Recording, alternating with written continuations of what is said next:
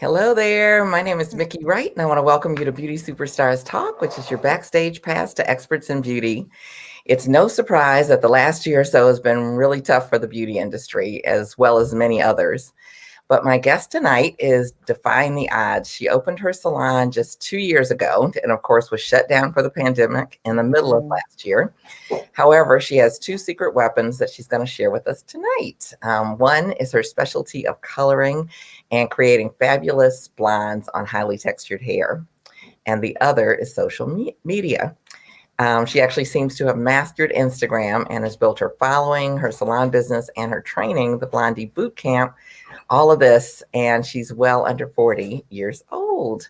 She's actually the last of my 4 under 40. And in case you're wondering, her name is Jasmere Black.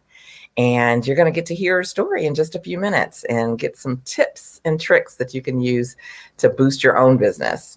So I'm here and I'm super grateful that every week I have the privilege and pleasure to meet with so many amazing Black beauty professionals who are excelling in the beauty industry. I want you to know that we're just getting started, and this is more than a podcast or an interview show. It's really a movement to encourage Black excellence and entrepreneurship. So for anyone who's joining us for the first time, I want to say welcome. And for all of you guys who've been following me throughout my career and throughout this journey, I really want to express my true gratitude and just say that the words are not enough, but I really appreciate your support. So I actually invite you to stay tuned. Tonight will be kind of mind-blowing, and we've got some extremely exciting things to unveil for 2021, still coming, such as our tribute next month for Black History Month. We're going to have a Black hair history exposed and actually share some things with you that you may or may not know and really need to know about the beauty industry and the people who have contributed to it.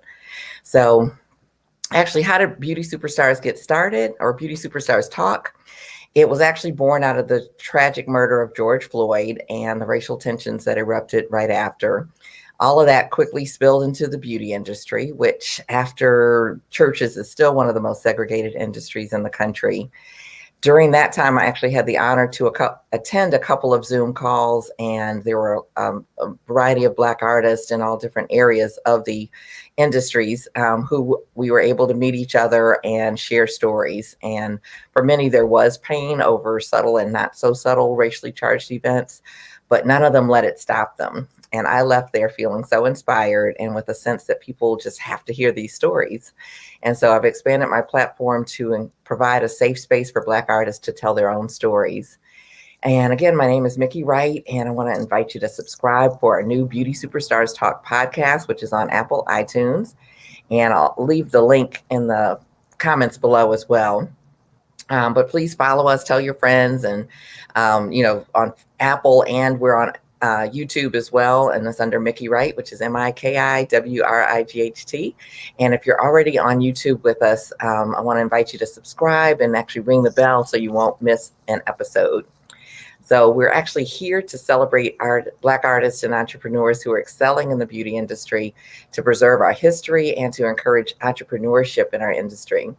So I've had the pleasure of doing almost everything you can do in the beauty industry, including starting out as a struggling hairstylist, having to go back and get an office job, to becoming an award-winning hairstylist, and Per Salon Today magazine owning one of the 200 fastest growing salons in the country, as well as helping thousands of other stylists and salon owners to get more clients and make more money as a national educator. I'm also second generation in the business, with both a mom and my sister in it as well. And they're all from Detroit, which is where Jasmere is from. Hey. So Motor City in the house. And you basically could say that I love the beauty industry, and I'm definitely grateful for its legacy and for the entrepreneurship. So without further ado, I want to welcome my guest, Miss Jasmere Black. Hello, everyone. Hello, Very lady. excited to be here. Yes, it's like we're super excited to have you. And I'm going to just share a little bit about you, and then we're going to jump right in. All right. All right, you ready? I'm ready. All right, so I'm going to share with you a little bit about Jasmere. So working as a stylist since 2006, it's been Jasmere's mission to spread the healthy hair experience to clients and stylists alike.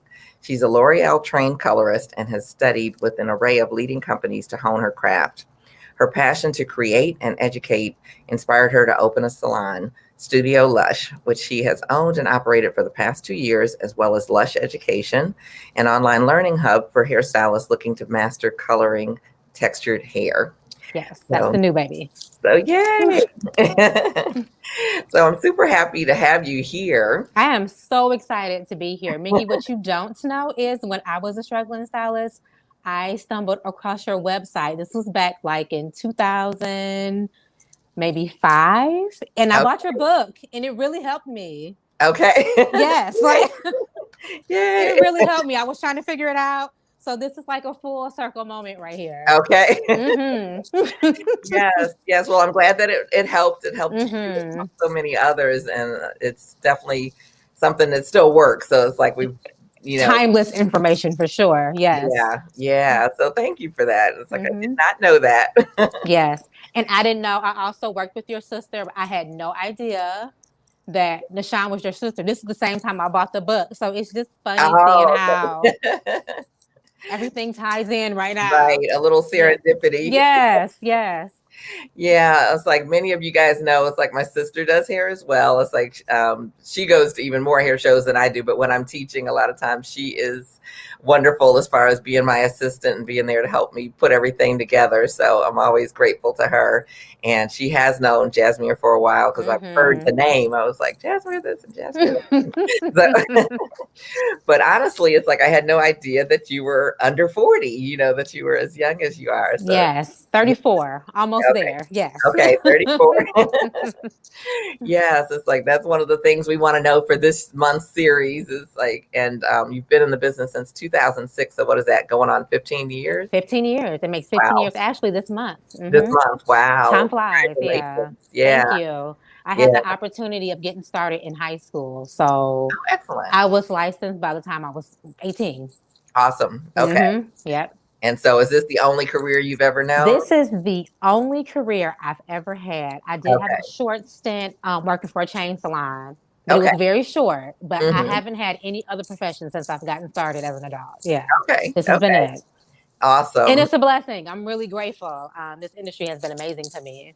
Yeah. It's an amazing industry. It truly is. It truly is.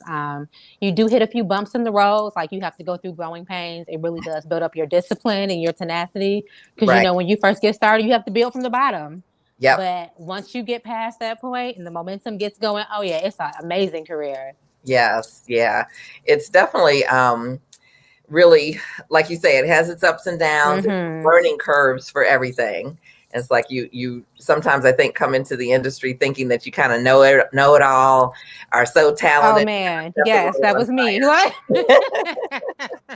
That was me because like you, I come from a hairdressing family. Okay. So I've always seen it, and I'm like, I got this. And I remember the first time I walked in to who was an amazing mentor during the time when I was assisting. And I'm thinking I'm doing my thing, like I'm showing her what I can do. And she was like, no. So what we're going to do is start from the beginning.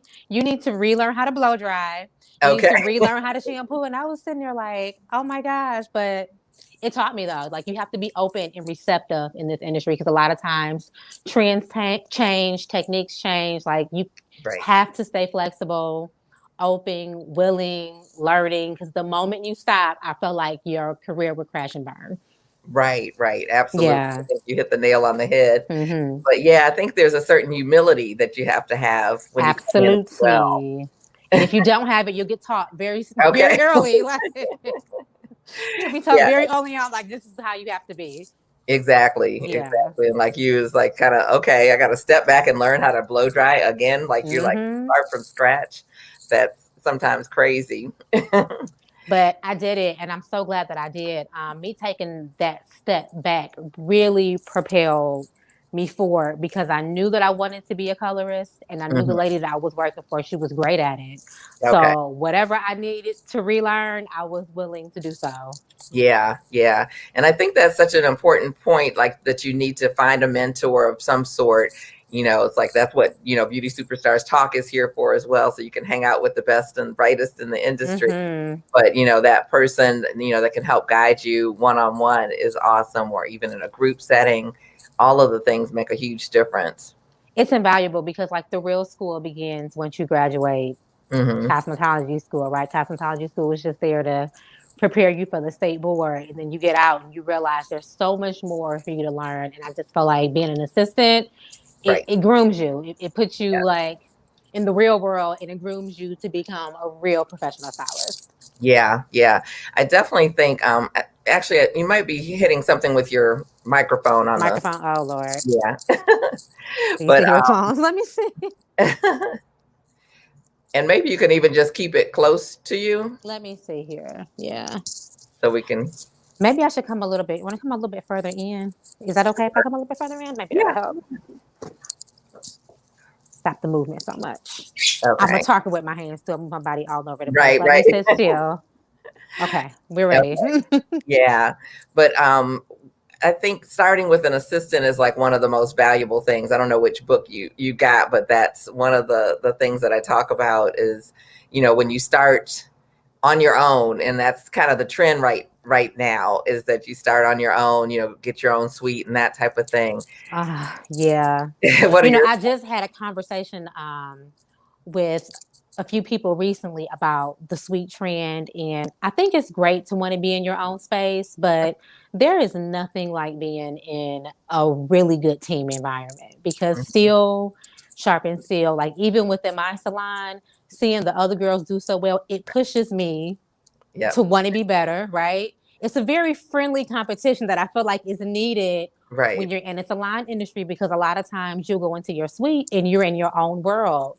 And it's like the industry is constantly changing, but you're not seeing it because you're in your own world, you're in your box, in your suite. So I don't think it's a bad thing per se, it's to each his own, but definitely being in a team environment, with me being in it, it definitely fuels you and pushes you to be greater, for sure. Yeah, I think so. Like absolutely, like that creative energy that we have, that it needs other energy. It's an exchange, right? It's an exchange. Yeah, for sure. Yeah. So tell us, like you said, you came from a hair household or a hair background, and so what was it that made you get into it? How did you experience? It's one of those things. I would say I'm one of those lucky people. I literally knew I wanted to do this at 6 and 7 years old. I don't know if it was because I seen my aunts doing it so much, but it was very natural for me. I remember like braiding with extension hair at 7. That was a normal occurrence for me. And I think as I grew older, sometimes people look at hairdressing as an industry that's not really an industry, or, oh, that's a great career choice, but that's a hustle. So there was a little time period where I'm like, okay, I have to do something else. And at the last moment, right when I was getting ready to graduate, I'm like, you know what? This is pulling on me this hard. I'm going to follow through with this. And I haven't looked back. I just knew. I just knew. Yeah. So what was it that kind of was starting to get in your head, get in your ear, when I would tell people I wanted to be a hairstylist, I used to get a lot of, oh, well, that's nice. So what else are you going to do? Or, that's a nice hustle. That's a good way to make side income. But what else are you going to do? And being 17 and 18 years old, you're hearing a lot of adults and people you look up to telling you those things. It was starting to seep, but I had enough sense and awareness to say, no, you're going to follow through with this. You're going to stick through with it. Yeah. I was just having a conversation recently about our intuition and how that's exactly what it is. Yes. Yeah. It's God's GPS system to me. And our culture like talks us out of our intuition from being a young kid. Oh man. Yes, they do. Yeah. It's almost like embedded in us. You have to follow a certain type of path. And if you deviate from that, then it's wrong. Yeah, for sure. Yeah. So I'm glad you followed your intuition. Me too. I'm glad I listened to it. And I knew it when I did it. I'm like, this is it. Right. And even when in the initial or the beginning stages of my career, when it was hard, because like now we're in the age of social media, right? You can go on an app and every potential client in the world is on the same app you are. when I got started, you had to go out and pass business cards out, and you Right. had to network and affiliate yourself with certain groups and people. And now it's changed, but then I was very shy. So Mm-hmm. the idea of going out passing out business cards like terrified me. So it was really hard on me for those first 2 years. And there were times that I'm like, I don't know if I made the right decision. What am I doing? But I stuck. Perseverance definitely pays off. Yeah. Like Yeah. just sticking with it, getting through that rough patch. And I even tell like newer stylists who ask me questions and advice, like, you may have a minute where you're trying to figure it out, but if you just stick with it, the rewards will come for sure. Mm-hmm. For Yeah. sure. Yeah. Yeah. It's definitely, especially getting started. I think that's like the hardest part. And That's the hardest part. The getting started is the hardest part.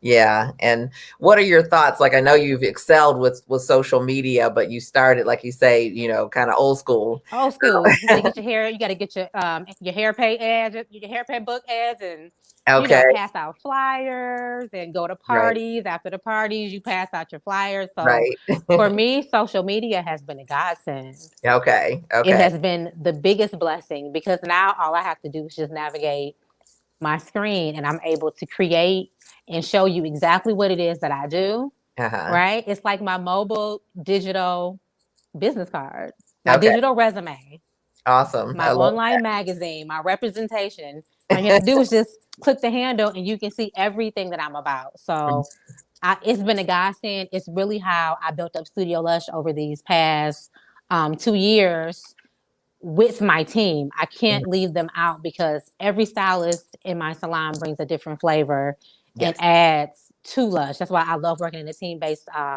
atmosphere. But we're very diligent with social media here. We carve out content days. We Okay. have photographers come in. If we want to showcase certain looks that our clients aren't asking for, we'll Mhm. do model calls. Okay. And once we do those model calls and put that work out, now we're bringing in clientele that reflects the work that we're putting out. So we've really been able to create a niche using social media for sure. Okay. Okay. So backtrack us like to, you were starting your salon 2 years ago. Mm-hmm. What were your, plans, and how did you utilize social media at that particular time? So this Yeah. is actually my second salon. Okay. I had a salon that I started at the age of 23 with a partner. Mm-hmm. And it was a nice salon. I became very comfortable very quick. And it was kind of just the thing where I was just coasting, right?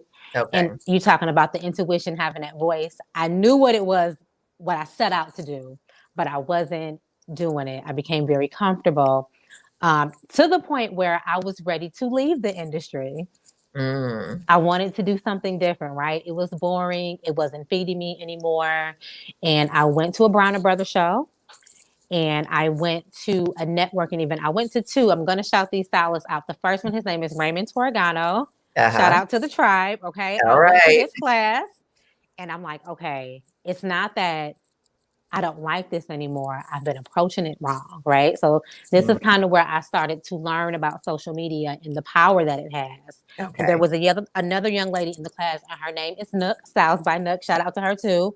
I went to her class and she inspired me so much because she was doing something that I knew I wanted to do. I just didn't have the pieces to put it together. Mm-hmm. So once I took those classes and I started implementing those strategies that I learned, it was like a flip, like a light switch went up. And I was consistent with Mm-hmm. posting, taking quality images, putting those type of images out to drive in the type of clientele that I wanted.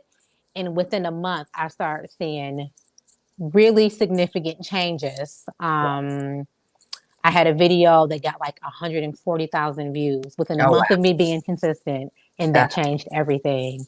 So Okay. that's once that happened, and I started to see like, okay, I have a lot more control over my career. Mm-hmm. I can do the exact things that I set out to do, and it ignited another flame. I ended up closing my old salon. Mm-hmm. And I had to go to a suite for 1 year because I couldn't find the location that I was looking for. And Okay. I went in that suite and I made a very strong intention. I said, I'm going to build up my color base here. I'm Mm-hmm. going to put out my best work. I'm going to build up my momentum. And within a year, I'm going to open my salon. And that's exactly what happened. Like a year to the date, I found the storefront location and I was able to start the process. So I don't want to make it seem like I wasn't working towards this beforehand, because I was definitely building the momentum even when I didn't physically have the space. Right. It was in here before it became physical. And that is really, really powerful. And so I say it again. I still get chills bumps, and I'm the person that's like, I built up the vision. I set a very strong intention on what I wanted to create, and I went at it. And even the location that I have right now, it's very close to my home. And I used to drive past this location all the time. Like, wow, I would love to have this salon. Who has a salon? I want her space. Like, I said it all the time. And one day I'm driving home from work and I see all the signs down in the window. Bust a U-turn in the middle of the street. So illegal, right? Went to the store next door and asked for the landlord information, and he gave it to me. This place never went on the market. I was able to grab it before. Wow. Yeah. It's wild. Like, even when I talk about it, it's like, that's how it happened for me. And I really feel like it happened for me because I made the decision to do so. Like, I set that intention and I worked towards it, even when it felt like it wasn't going to happen or I couldn't see how it was going to happen, that it would happen. And that's how it went. Yeah. Absolutely. Pretty good stuff. Yeah. Yeah. I actually have a mastermind now, and it's based on, Think and Grow Rich, the classic book by. Love that book. Read it 3 times. And I read it every couple years. And it's like every time I read it, I grab a little bit more. Yeah. But that's exactly what it talks about is, setting that intention, getting it crystal clear, getting it so that you're, seeing it, breathing it, hearing it, you know what I mean? Yeah. And then, like you say, you look up and exactly a year later, bam. Absolutely. Yeah. And it's not that you weren't doing activities. Uh-oh. We're getting the feedback again. Oh, no. Hold on.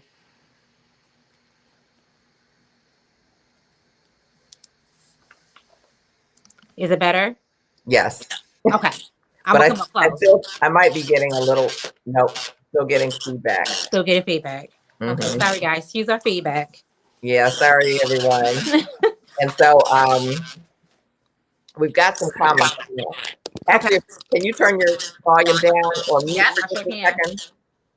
I'm going to pull up some of these comments so that we can share them. We have Kingdom Hairstylist. Hi, ladies. Hi, Kingdom Hairstylist. Welcome. Well, I'm still getting the feedback, though.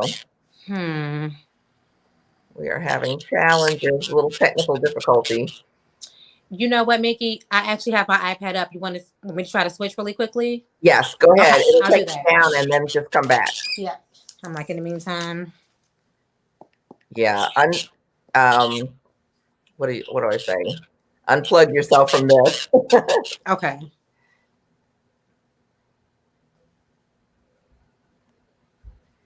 And nope, still getting feedback. I'll wait. Okay. I'm pulling it up right now. Sorry, guys. It's like, so sorry about this, guys. So hang in there. Stay tuned. And I want to be able to share with you some of the comments that are coming up and answer some of the questions that are coming up. So thank you guys for your feedback and interaction. Okay, I'm Xing out of here and I'm opening it up. Okay.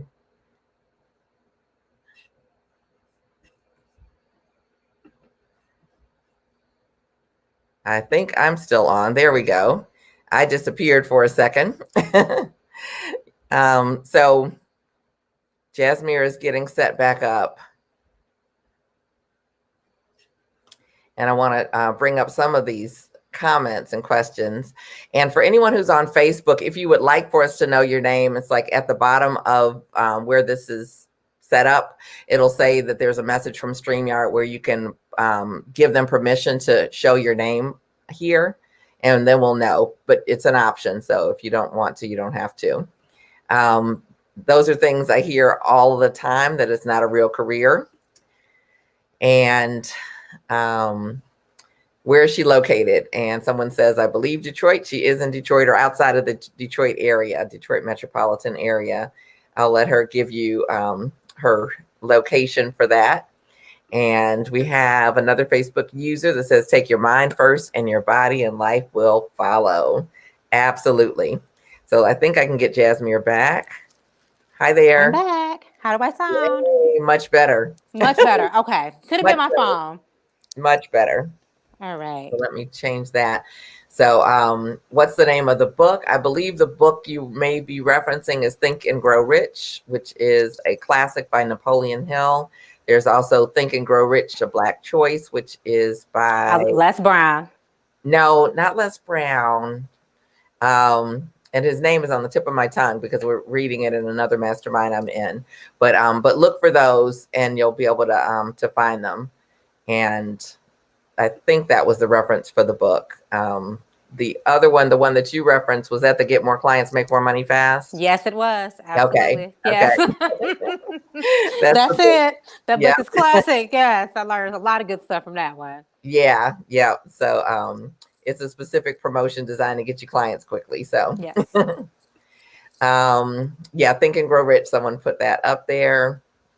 We have other people joining us, which is great, and want to know the name of your color training. So the name of my color training is called Blondie Bootcamp. It is a 4-week online program that goes into the meat and potatoes of lightening highly textured hair. And when I say highly textured, I mean kinky, coily, curly, zigzag pattern, whatever that case may be. Our hair is naturally more porous. Coming out of the scalp. So we have to take extra care on how we chemically treat. We can't just go off of manufacturer's instructions a lot of times because manufacturer instructions do not have our hair in mind. So, just a lot of my trial and errors over the years, the systems I've created just to really help stylists master it. Awesome. And Jatina Nixon says, Jasmere. Hi, Jatina. I took her Blondie Bootcamp. Her class is a must take. So Thank you much. I appreciate that for sure. Yes. And so, okay. It's like Miki is Janice Evans. Welcome. It's like she's got a school here in North Carolina training up some natural hairstylists. Nice. And I think she's expanding into regular cosmetology as well. So it's like, shout out to the educators in the house. So, it's like you told us kind of how you got started, but what made you want to get into color? Color has been probably the focus I wanted to go into since the beginning. Okay. I feel like most of us hairstylists, we are natural artists. I'm a drawer and painter. So it just made sense for me. It was a challenge for me. And I was even talking about this in my class. I am a creative, but I'm also a person who wants to be compensated for my creativity. I knew that it would also be a very lucrative field for me as well. So it just went hand in hand together. And to this day, with me doing this almost 15 years now, I love to color hair. I get so excited when color clients come in because I get to play. It's like, I get to create. It's really fun for me. Yeah. And I see that as like your first kind of secret weapon is one, having a specialty, because I think that's so absolutely. Yeah. And how does that translate in terms of social media? What are your thoughts with, should people kind of pick a specialty or should they just kind of say, I can do it all? That's such a loaded question to me because at one point I thought you could not be a jack of all trades, right?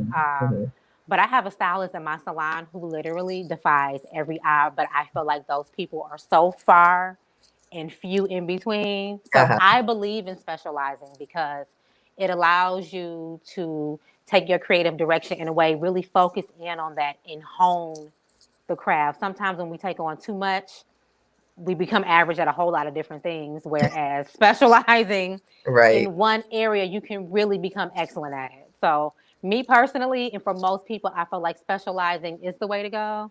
You have some people like one of my stylists who I don't care what you put in front of her. She does it in the most beautiful way. She's a unicorn. That's what I call her. I hear She's definitely a unicorn. Yeah. Yeah, we had Brenton Lee on last week, and he's, a triple threat where he mastered styling, mastered cutting, then mastered coloring. And so it's like, bam. But I think marketing wise, it always seems like it's easier for you to become known for one thing, even though you can For do. sure, absolutely, for sure. And even if you are good at many other things, like for Hmm.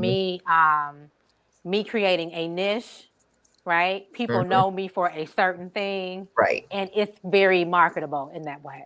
right. Yeah, for Yeah. sure. And you're known for your blondes, but I just want to say, it's like you do all kinds of I hair. do all colors. I enjoy to do all colors, but I feel like blonde is a very challenging service for us. So I Right. like to focus and really hone in on that.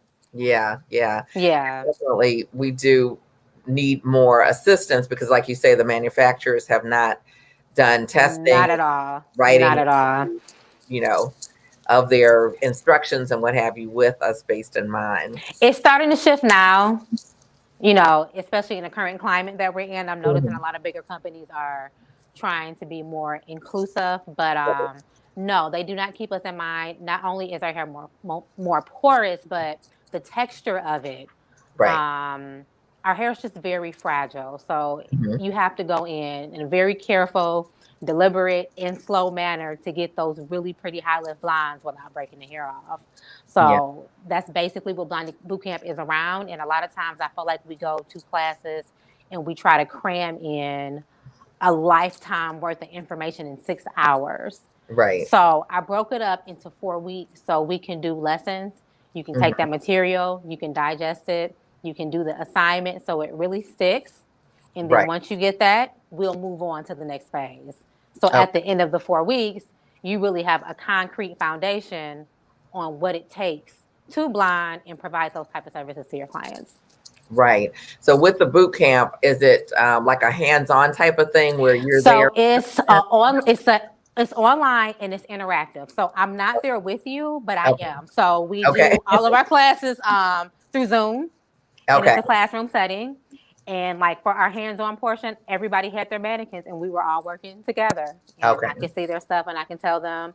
So kind of taking cue from our current environment, we can't really have classes right now. So sometimes you have to pivot and adjust and come Right. up with new ways to get the job done. And it actually worked really well. I was surprised Okay. how well it worked. Yeah. Yeah, I think a lot of people have been, Got that to have pivot. Yeah. patient are like, okay, this virtual thing is pretty cool.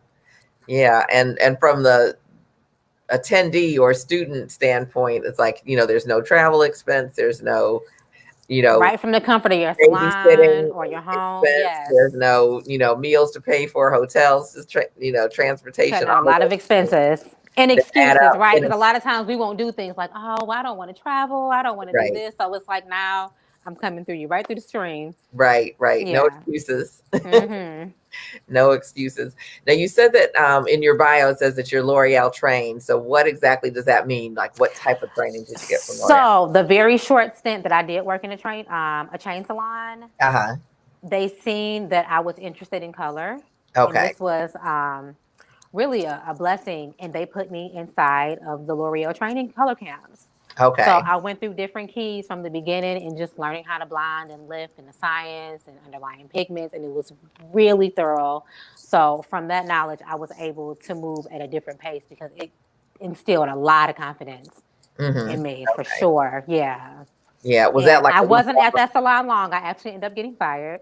Oh, I was that, a very rebellious soul back then. But everything happens for a reason. And when I did get fired, even though I think it was fair, it was definitely necessary for my past. And I took mhm. it as I was supposed to get that training and be in that environment for a while, so I learned what to do. Yeah. Right, right. Hmm. Yeah. So that's excellent. And and so with the L'Oreal, was that like a week long training? So we did it in phases. Yes, Oh, it was a week-long training, and then when you went to the next phase, it was another week-long training. So yes, okay. Okay. they Okay. had different keys. And it's like once you got to a certain level of knowledge, they excelled you to the next one. Got it. Okay. And to Okay. this day, I use L'Oreal coloring products. They have the amazing colors. They really Okay. do. Okay. Yeah. Yeah. So that's actually a plus, getting the training from the company and then being able to It was invaluable. It was invaluable. Yeah. Mm-hmm. So when did you kind of take the, I hope this color comes out out of your experience? Oh man. So remember we were talking about humility earlier, right? And never feeling like you know too much because you don't. There's always a level of understanding that you can go deeper with it. I'm going to say about 9 to 10 years into my career, when I just thought I knew everything and I was just this wonderful colorist. I had a client come in and I colored her hair and it came out. Okay, like a nightmare experience. And I remember being in school and our teachers telling us like these type of things can happen, and it was always, it would never be with me because I know X, Y, and Z. Right. That experience really changed my trajectory in how I felt about education and learning as much as I could. Like I took a horrific experience and made it worth my while to really start educating myself again. That particular client so happened to be a family member, thank God.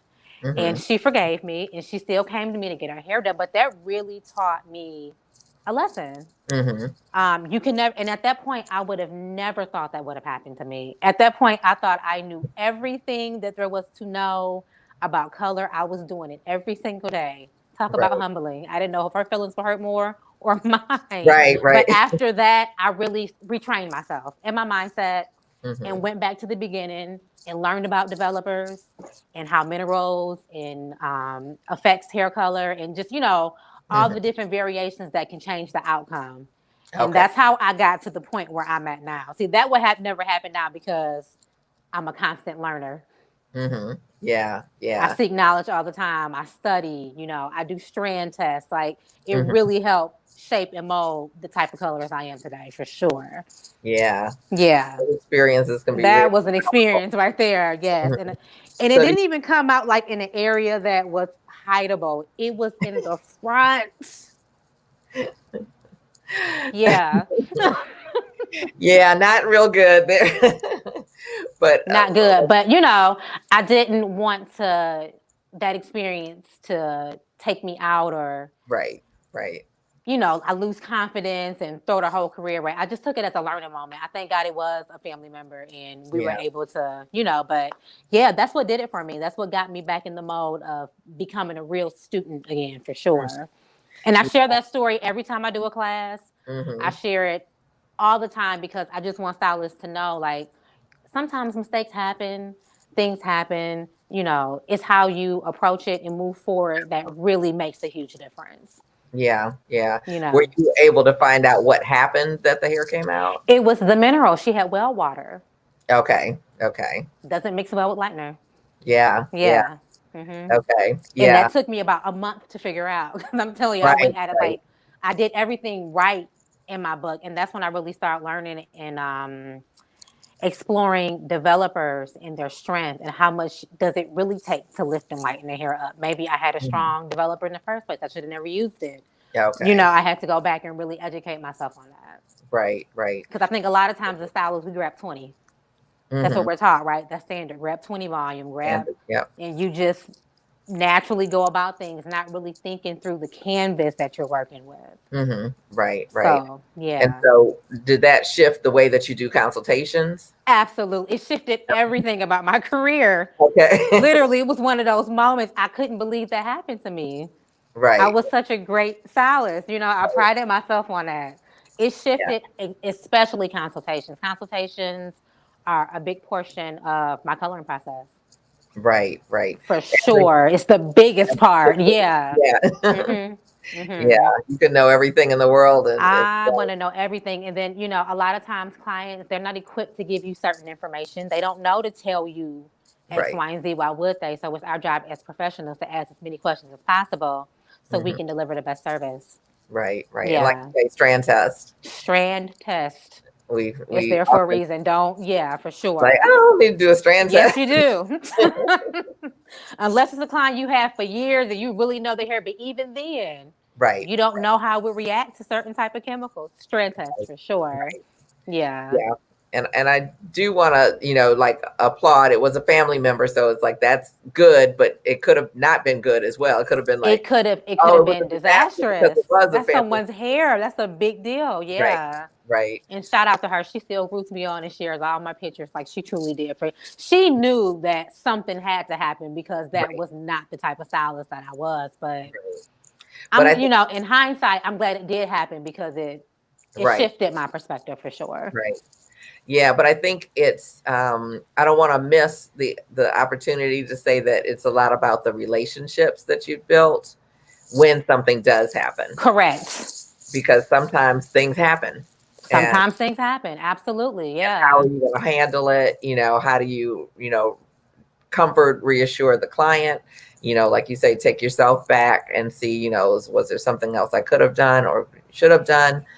And really creating that comfort zone where the client feels comfortable enough to come back to you. Absolutely. And that's and a work out big the details. lesson that I've got even with being inside a Studio Lush. Sometimes your clients, they're not going to be happy. Right. They're just not happy, but it's how you handle the situation. Are you listening to them? Do they feel like their concerns are being heard? Are you addressing it? Are you doing everything you can to make them feel comfortable? A lot of times clients want that. Mistakes happen, but they want to make sure that you understand what happened and that they're heard. You're absolutely right with that for sure. Yeah, yeah. And I think sometimes that is the bigger piece, that they want to be heard, that they want to be, to feel that you are concerned about them as a person and their wants and desires and all of that, even sometimes more than the hairstyle. Absolutely. Like we really do have a second job as being psychologists Right. and therapists. Like, Yeah. it's a real thing. We really do. We have to, customer service is such a big thing here in our salon. I put a huge emphasis on it because, a lot of times, especially amongst salons in our culture, we have the hair aspect, but we're completely missing the service aspect. And I just noticed a lot of times clients will come back to us just because it feels good in here. Right. They're getting listened to. It doesn't even really matter. A lot of times our clients won't even look in the mirror. They just get up and right. walk out. But they feel comfortable inside of the environment and they know that there's a certain level of professionalism. It really truly is important. Yes. Yeah. Yeah. I'm glad you talked about that because I think it's something, sometimes we pay lip service to it. It's like, yeah, I'm good. I give good customer service. But in reality, it's like, what is the client saying about the experience? And it's always like, there's always room for improvement. Mm-hmm. And, in this digital age where someone can go online and leave a very negative review and ruin your reputation within a matter of seconds, you have to make sure that you are listening and addressing your client's needs. I'm not the person who necessarily believes that the client is always right, but does your client feel heard? Right. Does she feel listened to? Does she feel like you have concern for her? And that's the big difference. Yeah, for sure. So do you find that a lot of times it's a simple fix after they feel like they've been heard? Yes, most times. Okay. And there's been times we had people who were unhappy, right? And all I had to do was give them a phone call and talk to them and apologize to them and let them know it was never our intention to, and they're fine. Right. Yeah. Yeah. Yeah.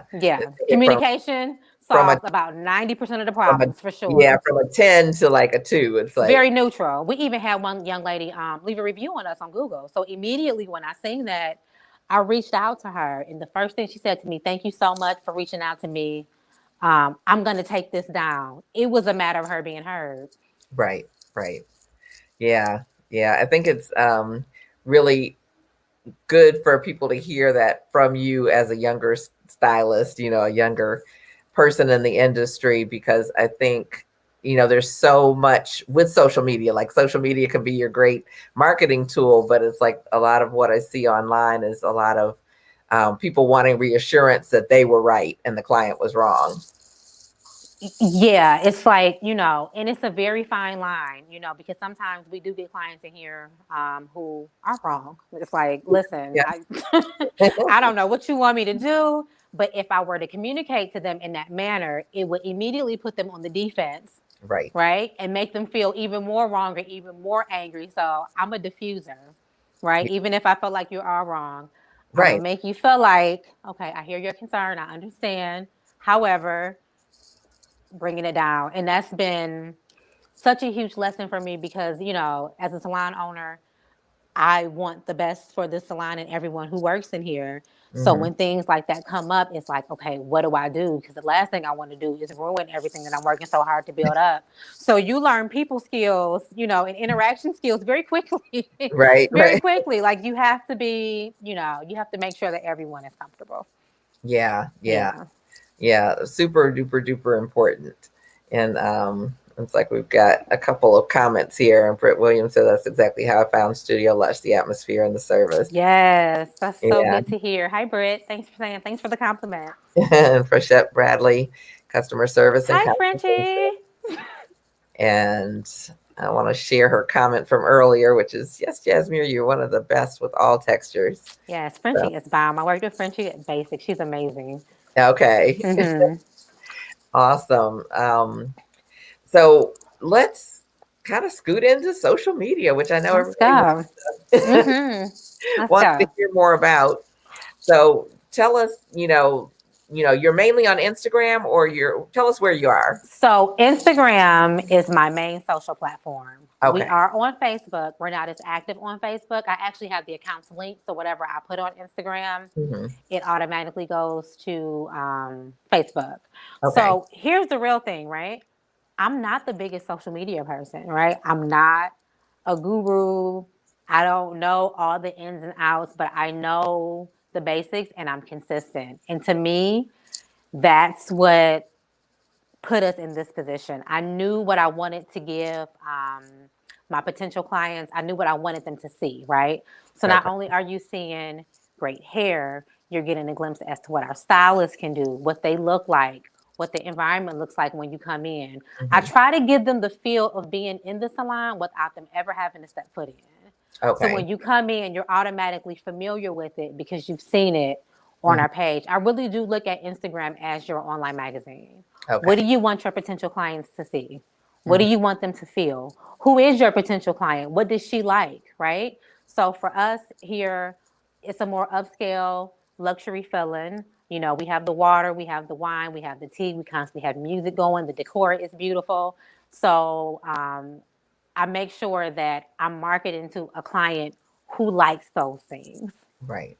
Hmm. right? And then it's just a connection. There's so many people on Instagram, and it's like, who is your potential client? Hmm. Even when we're doing our masterminds here at the salon, that's always the question. What does she look like? How does she dress? Hmm. What does she listen to? And then market to them in that way. So when people do see you, they automatically identify and connect with you.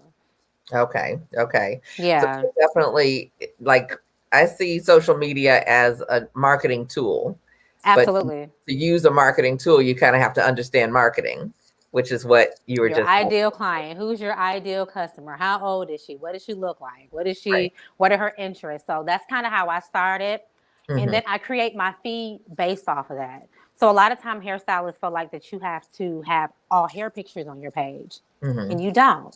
You can have some pictures of hair. Make sure you're including yourself. You're showing your personality, like showing inside of your salon, the products that you use. If your client likes to listen to Jill Scott, you can post you at the Jill Scott concert. She's really going to connect with you there because you guys have similar interests, right? You Right. want to be able to show a multitude of facets about Hmm. yourself in your business and not just so much hair. Got it. Okay. And the other thing is just being post every single day. There is not a big business out there where you don't see their commercials every day. You don't hear their ads on the radio. When you're watching YouTube, the ads don't like promote yourself hard, go hard for yourself, post quality content. Like Uh-huh. I'm really big on taking super clear pictures, making sure it's natural daylight around. You know, we usually take our pictures, which is why I sat here right up here in this area Hmm. and we post it all the time. So when you go to our page, we have a certain type of aesthetic. Okay. Okay. So having an aesthetic on your feed, making sure that you're making posts that directly relates to your ideal audience, showing different aspects of your salon, the services you offer, the products you have, showing your personality, and doing it every single day. Instagram algorithm likes activity. The more social you are, the more your content gets pushed out. Right? There's only a certain amount of your followers who actually gets to see your content. But if you're really active, it gets pushed out to more of them, more of your followers. Okay. Okay. Hashtagging is another strategy that I live by. So even to this day, with us having a solid following, I use hashtags in every post because it's kind of like your digital yellow pages. We're not looking in the yellow pages anymore, but you can look up Detroit hairstylist, Detroit hair salon, Detroit colorist, and I make sure that I put myself under those hashtags that people will be searching for. And so you are really conscious to keep your location as one. Absolutely. Okay. Location, making sure that my bio is very clear on who we are and what we do. You know, just in I can't stress the image quality enough. Instagram is so beautiful. It's an image sharing app. Right. So the quality of some of these photos that I see on Instagram are amazing. You have to make sure that you're able to compete with that, to be quite frank with you, because if it doesn't, you're just going to scroll to the next pretty image that you see. Right. So like, you know, really learning your camera phone. And I don't feel like it takes really expensive equipment, but whatever it is that you do have, learn it. Learn how to take the best possible quality pictures you can on whatever device that you have. Okay. Yeah. And earlier you mentioned working with photographers sometimes to have them come in. How do you utilize them? So we do like lifestyle shoots in the salon, and that's just to really capture the essence of the salon, right? So the waiting area, the reception desk, the mimosa bar, being at the station. I do hire a photographer. And I probably do those maybe once every 2 months. And those are my filler pictures. So if we're not posting a hair picture, I want you to be able to see what our salon looks like. And I make sure those are professional. Because I know how to grab a hair picture really well, but I'm not the best photographer, you know, getting objects and evoking feelings. So I hire a photographer for that. Whatever I can't do, great. I'm going to hire someone to do it. Okay. Yeah. We're going to talk more about that. Yeah, definitely, for sure. With the images, because you said the images are kind of everything, especially for Instagram. Absolutely. Earlier today, I did a clubhouse on, you know, makeup and being makeup ready for, you know, photos and video. How do you handle that portion of the hair image? Because you can't have great hair and no makeup. So here's the thing, right? Most of our pictures that we take are just from our everyday clients. And a lot of times they don't come in with makeup. Right? They just come in and get their hair done. So you have to get very creative with your positioning of their body, right? So when we take pictures, honestly, I'll do 50 to 60 shots to grab 3 good pictures, right? And I'm having them switch angles. Look down this way. Maybe their hair is kind of touching their face right here where I can see their silhouette, but their focus is not on their face. Right. I'll have them look down to where you would just see eyelashes. And because we have masks right now, we make it work. So I would say the key to that is makeup is great. If your clients have some makeup in their purse to go in and pull their face together, that's wonderful. But a lot of times, just in the real world, it doesn't happen. Just make sure you're angling, positioning, turn your head this way, turn your head. I wish you guys can see my camera roll. One client, it's like this many pictures, and I'm able to like, this is it. This is it. And a lot of times we post pictures of our clients with their hair like this on the side. Yeah. Or the back. So just getting creative with your angles, not necessarily relying on someone having makeup on, because sometimes it doesn't happen. And the last thing you want to do is come up with the excuse of you can't take great pictures because your clients don't look made up. Like, you got to make it work. Right. Yeah.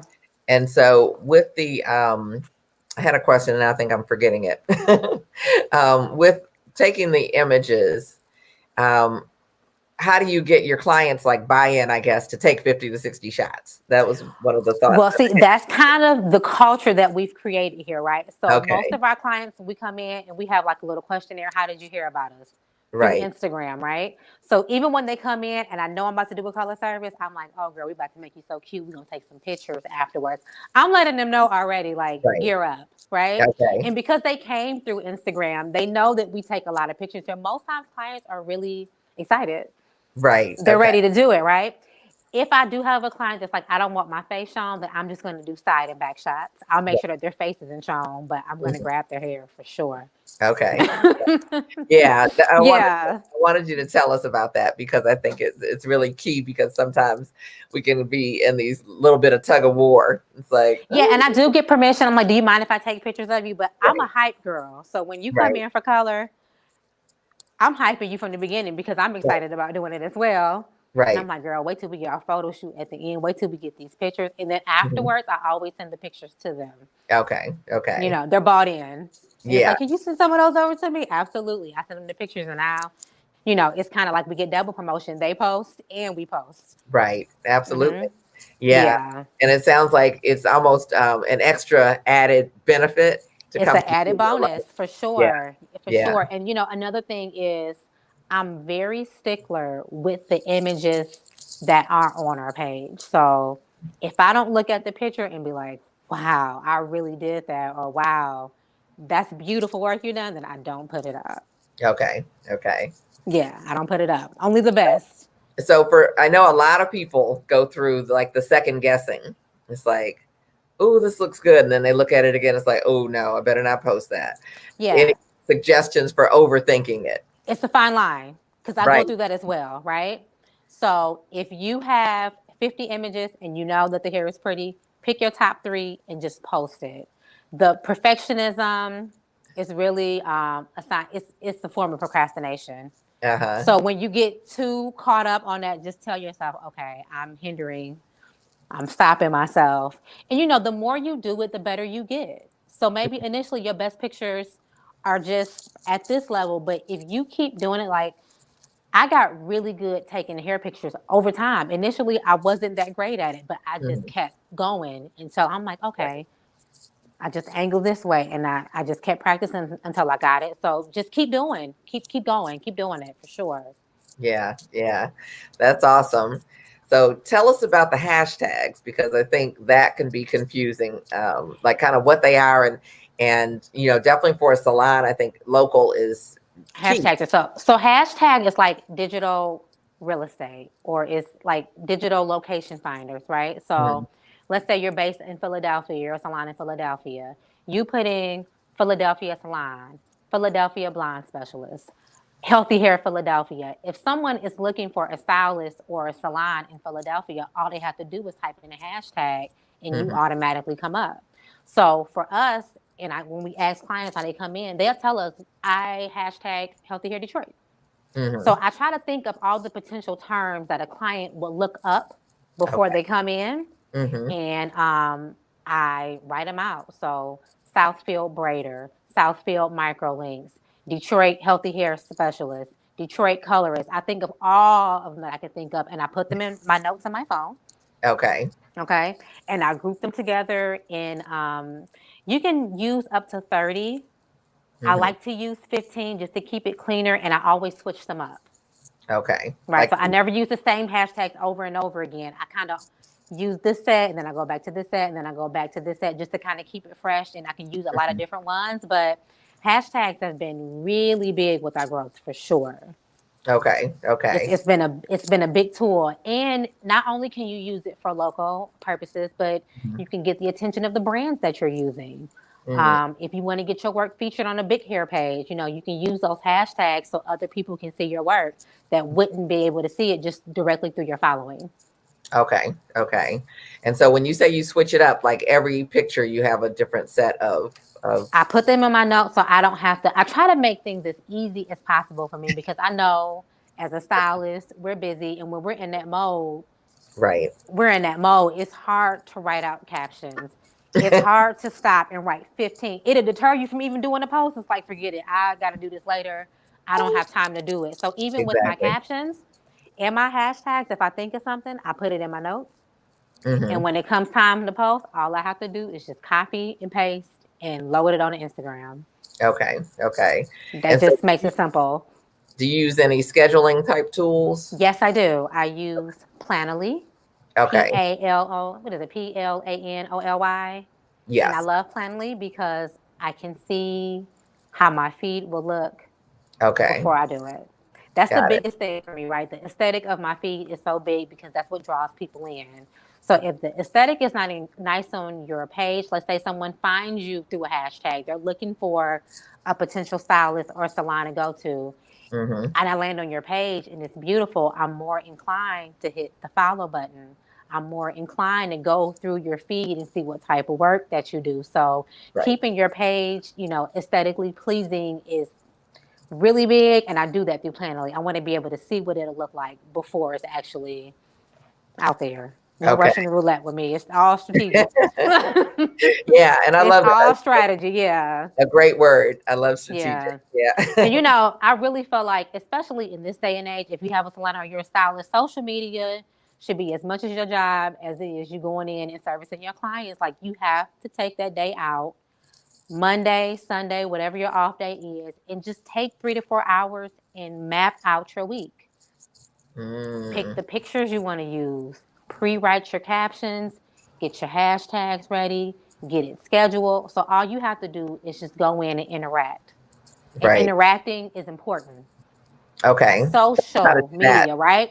You have Yep. to be social, right? So if somebody is leaving a comment or they saying you like your work, hitting the heart, going back in, thank you so much, acknowledging their presence on your page, Mm-hmm. that's another great way to grow on Instagram or any social platform. You got to be social.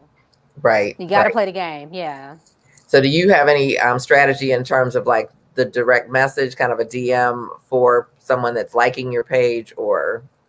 No, we don't incorporate direct messaging so much. And if somebody leaves us a message, we always try to respond back in a reasonable Right. time.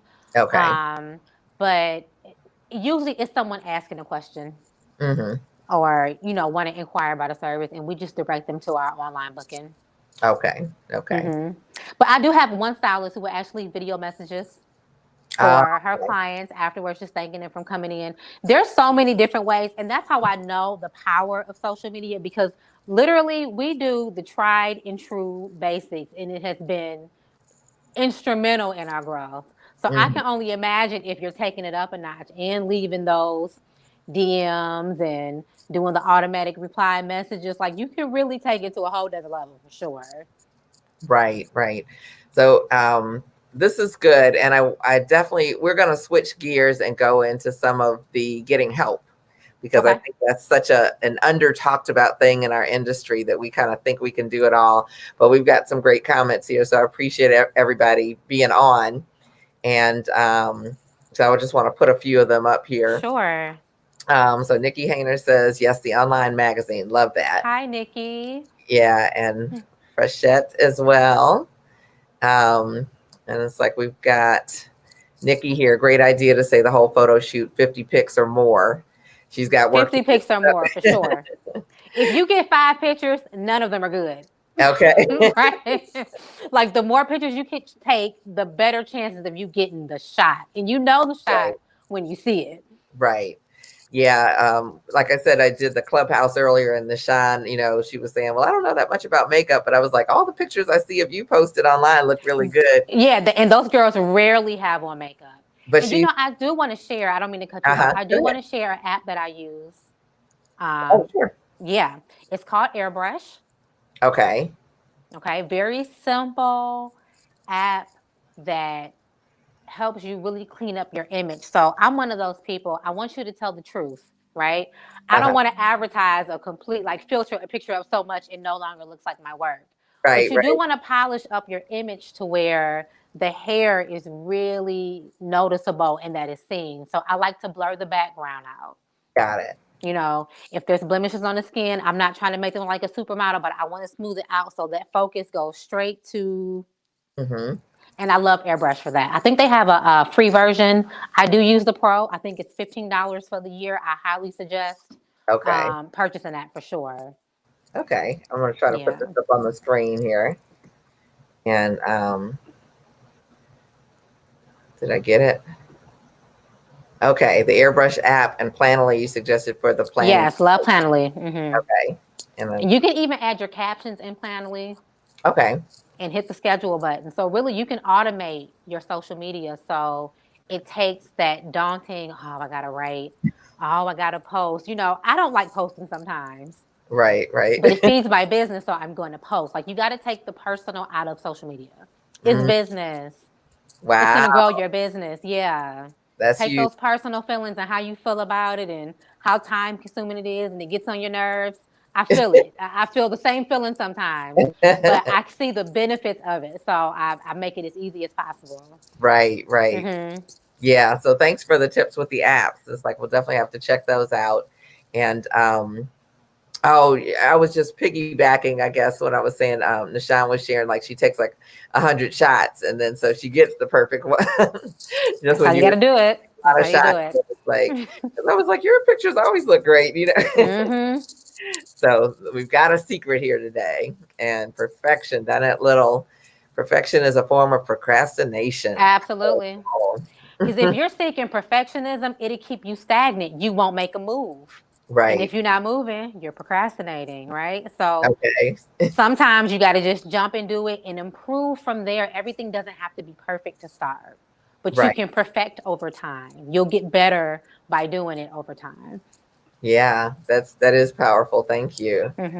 And then Love Your Nest Kitchen Design says, great interview. I'm not in the industry, but many of our pointers can be used for any industry. Wow, thank you. Awesome. I'm glad you're able to take something from those points. Yeah, it's like we're definitely wanting this to be a resource for Black female entrepreneurs in particular, to really get insight and wisdom. And it's like, I think the beauty industry is like the first industry, the first entrepreneurial type of thing that Black women were able to participate in and be able to generate income and be able to help take care of their families. Which is why I love it so much too. It's so much history and just greatness within our industry for sure. Yeah, I'm excited about next month being able to showcase some of the people who have, helped. Yeah, I'm looking forward to seeing it. Yeah. So we'll definitely have to keep that going. Nikki Hayner says she likes the digital real estate. Digital real estate. Okay. Letting people know you there. Yes. And then how would you advise leaving a job to move more into starting your hair career? So, I am, like I told my story earlier, I am a very intentional person. And I felt like if something is really pulling on you, you have to take that faith jump. And it's not necessarily just quitting your day job, but maybe starting 3 days a week after 4 o'clock, starting with the evening shift. And then once you build that up, you can progress from there. But make a move, figure out how you can at least get started, maybe doing 2 to 3 days out the week, building your clientele up from there. And then as you grow, you can lessen your other job a little bit more until the point where you can leave. Because you are going to have to go through that phase in this industry where you have to build, right? It doesn't start to rain initially. You get a couple trinkles, a little sprinkles in, but eventually it does come. But so just kind of being strategic with your timing and starting off smaller, 2 to 3 days, and then growing from there. Right.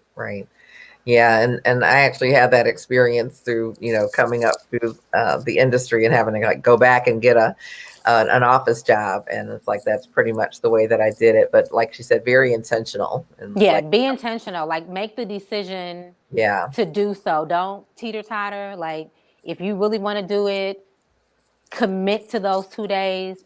Build your clientele. Start the process during those 2 days, and then as you grow, commit to another day, but be super. I can't tell you how, and I'm speaking from experience, just being intentional, I felt like has pushed me so much further because I made very clear decisions on what it is that I want, and I didn't let up on it. Right. It's magical in a sense of how things will happen for you when you make those type of decisions for yourself. Yes. So no teeter-tottering. Do it. Just do it, girl. Do it. Yeah, and it very well may happen much faster than you expect. You will be surprised the way that things will come together for you. Yeah, definitely. So thank you all for your comments and questions. It's like we really appreciate the interaction. And I want you to share with us what you are doing and what you're not doing, because you're delegating it to someone else to do it. You share with us a couple tools that we can use to simplify the process. Yes. So if I'm being 100% honest, I am in that phase of really understanding that I can't do everything. And when I try to do everything, the jobs are not 100%, right? Something has to suffer. So Right. as far as all of my graphic work, any designs, flyers, email copy, setting up the email accounts, I hire someone for that. Okay. And I have someone take care of that so I can focus on my craft and really, excelling in those things that I'm great at. I need to hire a cleaning person. I have somebody teeter-totter. Like, I need to give that up as well. Like, I'm in that process, especially when you start to scale and you want to grow. You just realize you can't hold the weight. You can't do everything. Right. Those are the lessons that I'm getting right now. Like, Jasmere, just stop coming up. Get someone to do it, Yeah. And a great resource for those, especially if you need help with your social media content, getting graphic work done for your page, getting your flyers done. Fiverr is a Okay. great starting resource. If you Yeah. don't, if you want to start small or you don't have the budget yet to hire a full-on graphic artist, you can get so many gigs done on that website. Okay. Yeah. $15, $20, $25. You can find someone that you can work with and you can build with them from there. Right. Mm-hmm. Yeah, definitely a great resource. And I think it's so key because a lot of times, especially with social media kind of being added onto our plate for people who've been in the industry for a little while, it's like, well, where does this fit in? It's great to be able to get some help. Hire someone. And I actually had someone for a minute doing our social, but it Mm-hmm. didn't sound, I couldn't get her to sound like me. So I had to commit Right. myself back to that. But there are some people out there, if you know that you're not able to manage social, Mm-hmm. but you want to use it to grow your business, hire someone. There are so many people out Right. there who can do that for you. Yeah. Yeah. So what else are you delegating? Let's see here. I have a great receptionist here now. She just started. So Mm-hmm. answering the phones, Okay. taking messages, which will consume our phone rings off the hook. So having her here, taking care of those responsibilities, checking the DMs to respond, looking at the emails, all those things to keep the business functioning. I Yes. don't have to do that anymore. And Invaluable. soon, I really want to step into, well, I'm not that I really want to, I will be stepping more into education. So I Mm-hmm. will be moving from behind the chair very soon to like 2 weeks out of the month. Wow. Yeah. Yeah, I'm cutting my calendar down. So it's almost time for me to delegate and start training another assistant so I can have them take my place. So, it's just constantly expanding out. And I'm learning, I'm relinquishing the idea that I have to do everything. It's because when I first started this place, I really thought it was my responsibility to do everything and was wondering why I kept coming up short. Like no matter how hard I tried, there was always a growing list. You just can't, you can't do everything. Yeah. What So helped you shift? I was falling apart. Like, like something has to give. Like, yeah. Right. And I Right. read a book by Jack Canfield. It's called Getting to Where You Want. I Okay. think that's what the name of it. And he has a whole chapter devoted to delegating the tasks that you can't do and you don't want to do to those who are capable of doing the job so you can focus on exactly what it is that you want to do. Yeah. Yeah. And sometimes I think they're even better at doing it than you are. They are. That's what they do. They're professionals at their job. You're trying to learn. Like I remember sitting in front of my computer trying to design flyers. Two Uh-huh. hours of my life is gone, and like I didn't even get to the middle of the flyer. Okay. The text's not even there. I was playing around with pictures. The whole day's gone by, and you're working on one assignment when you could have done 20. Yeah. Right. And what And really hiring somebody else too, especially in our profession, balance can be very hard, especially if you have children, Mhm. if you're married. Like, we love the salon, but it's not our whole life.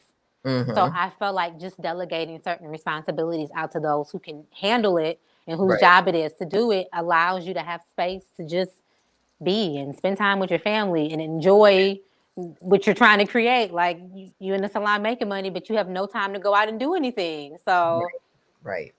just, Yeah. Yeah. And, we went through 2020. We're in 2021. Things, have shifted a I've teeny shifted bit quite a, maybe, yeah. but what, were there lessons that you learned or anything as far as, kind of surviving through, you guys were shut down for a while. It was scary at first because we weren't even in business for a year. Right.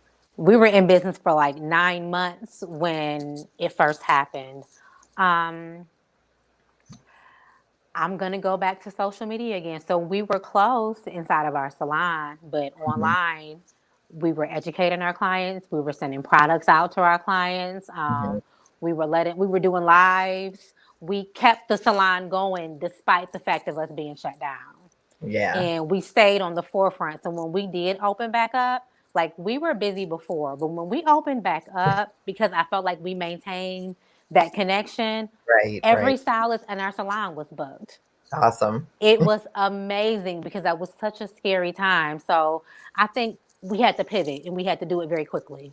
Yes. Couldn't be so tied up to what was working before or this is what we were doing. Like immediately, I'm like, okay, what can we do? Send products to them. So we came up with Lush at Home where we did video chats like these. Okay. And we discussed your hair issues and problems. And then we sent products straight out to them. Got it. Yeah. Yeah. Great way to pivot. Yeah. We had to pivot and, we just stayed connected with our client base while we were out. So when we were open, it was on, literally. Okay. We're still riding that momentum from June. Great. Yeah. Yep. And it's like, that's one of the things that I think is really powerful is like to take that time to spend it really investing in what you want when you go back. Investing in it and, just staying fresh and keeping up with the times. A lot of times we just get so stuck with the way that we're doing things. And I think what pandemic or even this whole coronavirus epidemic has taught us is that at the drop of a dime, anything can change. Exactly. And it's like, how quickly can you shift and adapt and become creative and innovative? And that was key. Right. Yeah. So you mentioned trends. It's like, what trends do you see in terms of colors, in terms of styles, and So what I love about where we're at right now, especially amongst Black women, is that we have the freedom to be creative now and experiment with our texture and experiment with our colors. So I feel like we're going to see a lot of bright colors, big hair textures. I'm seeing a lot of the old braid styles come back. I'm seeing people wearing beads again. I think this year it's going to be a lot about experimentation because there's nothing else that we can do right now. We're in the, it's like, how far can we go? Like we get, and it's so funny here in this salon, we have certain bursts where everybody come in and everybody's getting copper hair. Like everybody that walks in, it's like, I want copper. I'm like, okay, copper's going to be a thing because this is what everybody is seeing. And we're doing a lot of rainbow hair. Like just people coming in doing a lot of rainbow. So I don't think that's so much the hard trend, but I do feel like women are embracing their natural texture a lot more. And I really love to see that. And that's definitely something that's going to be in continuation for the rest of this year. Awesome. Texture and color. Yes, for sure. Yeah. Yeah. We love seeing a lot of the old Detroit sculpture type looks coming back around in a sense, which is fun to see. Yeah. A little more dressing of hair. The real dressing of hair. And I'm so happy I got to see that. Yeah. And to witness like how to lay the hair down and mold it and pin it. Because right now, if you're a newer stylist coming in, you haven't really had the opportunity to see those styles created. Yeah. Well, it has been an absolute pleasure to have you here with us. Thank you for having me. That was a lot of fun. Yeah, and so much wisdom. I'm glad I was able to share. Let's see. We've got a couple more. Okay. So Nikki says, yes, when in doubt, source it out. I'm gonna great mantra. I'm taking that right there. Exactly, me too. When in doubt, source it out. Yes. Okay. And Jazz, can you name the last book you made? It was a Jack Canfield. Let me grab my phone really quick because I want to make sure I'm giving you the right. But that book is an excellent book. And we have a question about the boot camp. So I want you to tell us, how we can stay in touch with you and get information about the boot camp. But so actually, if you're following us on Instagram, please make sure you follow us on Instagram at Studio Lush Detroit. I'm going to put the link in our bio, and you can input your information. Our next Blondie Bootcamp will start mid-April. So we just finished a semester. Okay. And then the next semester is going to start in spring. So this is not an ongoing course that happens throughout the year. We do it once per season. Okay. And that's just so I can keep the quality up, make sure that we have a certain amount of students. I definitely want to make sure that anybody who signs up, they're getting the absolute most out of the program. Okay. And he wants to know how many, or whoever is asking, Facebook user, is how many days per week do you meet? How long is the session? So we meet every Monday, and each session is about 3 to 4 hours. And it sounds long, but that time flies by. I can imagine. It flies by. Yeah, and someone put this up. Jack Canfield, getting to where you want. That's what it is. Okay, so that's Black Beauty of Culture of Nova Scotia. We're glad to see you. Welcome back. Yes, that book is great. It's one of the better books I've probably read in the past 5 years. I highly recommend it. And Cornelia Cooper says, I want to meet you, Jasmere. Perfect mentor vibe. Hey, girl, come over here and meet me. Come to Detroit. Look. Yes, indeed. So we've got where you can contact you. We've got Studio Lush Detroit scrolling across the bottom. Follow her on Instagram if you're not already. Definitely be on the lookout for the new link to get on the waiting list for the next Blondie Bootcamp. Yes, I'm going to put that link up as soon as I'm off. Awesome. Sure. It's a great, I'm not just saying it because I facilitated, but it really is a great program. If you're serious and really interested in learning how to blonde hair and take it up a level. Yeah, for sure. Yeah. I mean, you've got, top hairstylists, top colorists, top educators. Which surprised me, right? Because I'm just little old me. I'm like, wow, this is so awesome. So yeah, it was a really great program. Really great. Yeah, I know H Styles was there and loved you. Yes. I'm like, hey girl, you with me? She's a great person too. Yes, absolutely love her.